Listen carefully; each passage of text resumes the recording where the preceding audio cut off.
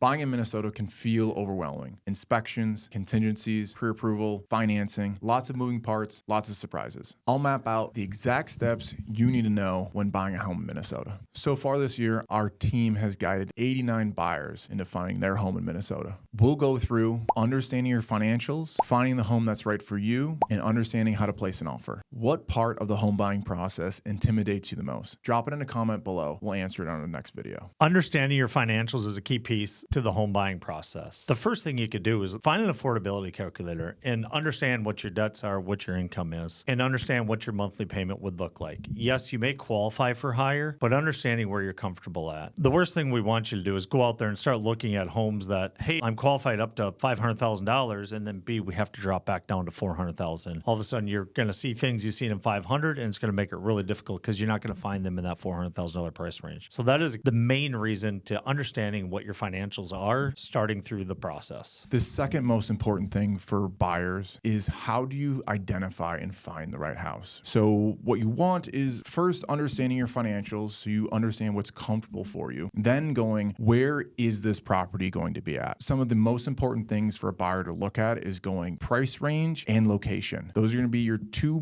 biggest levers that are going to change what properties you see. So when people get very specific into, hey, I want an open floor plan, or I want granite countertops, or I want this kind of thing, what you want to do is go, okay, can we find those in this location that we're looking? If we can't find those in this location, can we change the location? So understanding those are the two biggest levers, then going, okay, how far away from work or from family or whatever that most important drive distance is, what is your kind of max range? If you can find the house you're looking for and it's within 5 minutes, keep it as close as you possibly can. But a lot of times it goes, the farther away you are, especially in the Twin Cities, from the Twin Cities, the better a house you're going to get for a better price. So understanding those two big leverage points and then finding the commonalities and going which one outweighs the other one. A lot of times I'll talk with my buyers and talk about how the first few showings are going to be practice ones. I want to know what you don't like about the house. I want to also challenge the things that you said were really important before we started this process to make sure those things are really important. As you start to see 5 or 10 homes, you're going to get a good idea of what your favorite things are, what are your non-negotiables, and which ones are actually kind of negotiable. So understand and get a feel with those practice ones to go, okay,